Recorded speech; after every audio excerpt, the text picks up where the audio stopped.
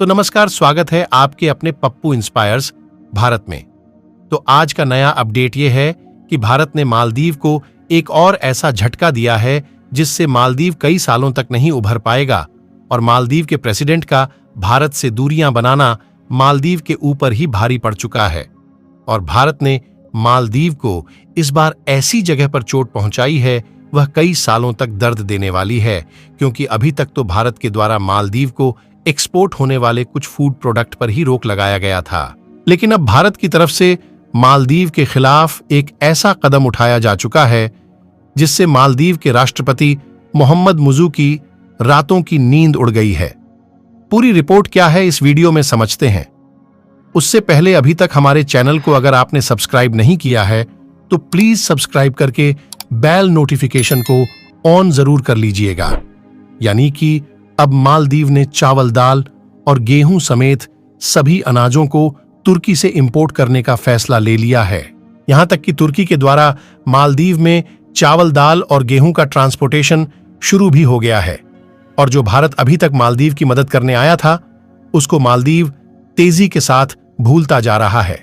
लेकिन मालदीव ने चावल, दाल, गेहूं और अनाज तो तुर्की से इंपोर्ट करने का फैसला ले लिया, लेकिन मालदीव यह भूल गया कि इसके अलावा भी कुछ चीजें ऐसी हैं जो मालदीव चाहकर भी तुर्की और चीन से इंपोर्ट नहीं कर सकता, जिसके लिए चाहे वह कितनी भी कोशिश क्यों ना कर ले, उसे कुछ प्रोडक्ट भारत और श्रीलंका से ही इंपोर्ट करना पड़ेगा।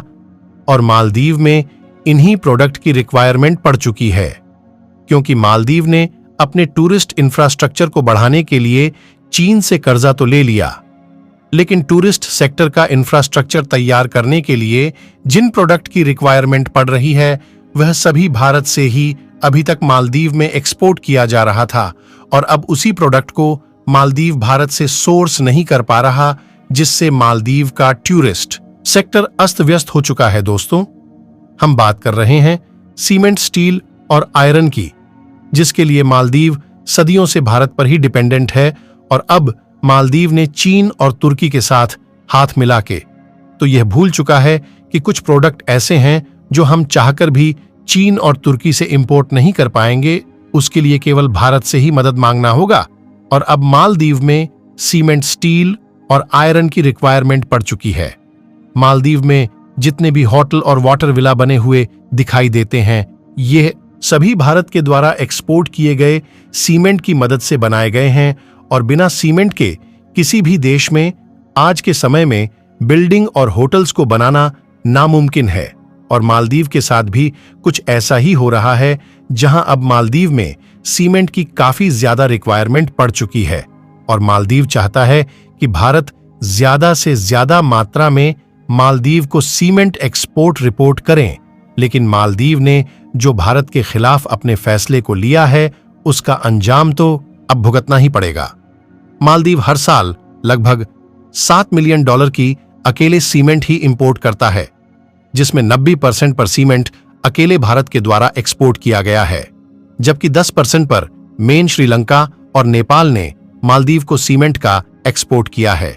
यहां तक कि श्रीलंका के द्वारा जो सीमेंट मालदीव में एक्सपोर्ट किया गया है उसमें ज्यादातर भारतीय कंपनियां ही शामिल हैं, क्योंकि श्रीलंका में सीमेंट प्रोडक्शन के लिए भारत की कई सारी कंपनियां अपनी प्रोडक्शन यूनिट एस्टेब्लिश कर चुकी हैं, जहां पर भारी मात्रा में सीमेंट का प्रोडक्शन होने के साथ साथ दूसरे देशों को भी एक्सपोर्ट किया जाता है।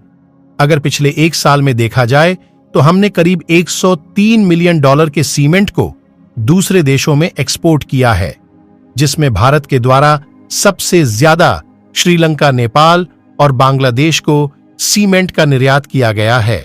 हालांकि देखा जाए तो नेपाल में एक बड़े लेवल पर सीमेंट प्रोडक्शन फैक्ट्रीज है, लेकिन इसके बावजूद भी नेपाल अपने देश में सीमेंट की जरूरत के लिए भारत पर डिपेंडेंट है, जिसमें पिछले साल भारत से अकेले नेपाल को $16 मिलियन का सीमेंट एक्सपोर्ट किया गया है, जबकि श्रीलंका को इससे भी ज्यादा $72 मिलियन का सीमेंट पिछले साल एक्सपोर्ट किया गया है।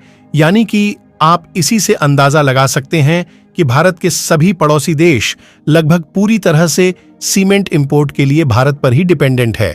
बस इस वीडियो में इतना ही तो भारत के सभी सीमेंट कंपनियों के लिए वीडियो को एक लाइक करके चैनल को सब्सक्राइब कर लीजिएगा। धन्यवाद। जय हिंद।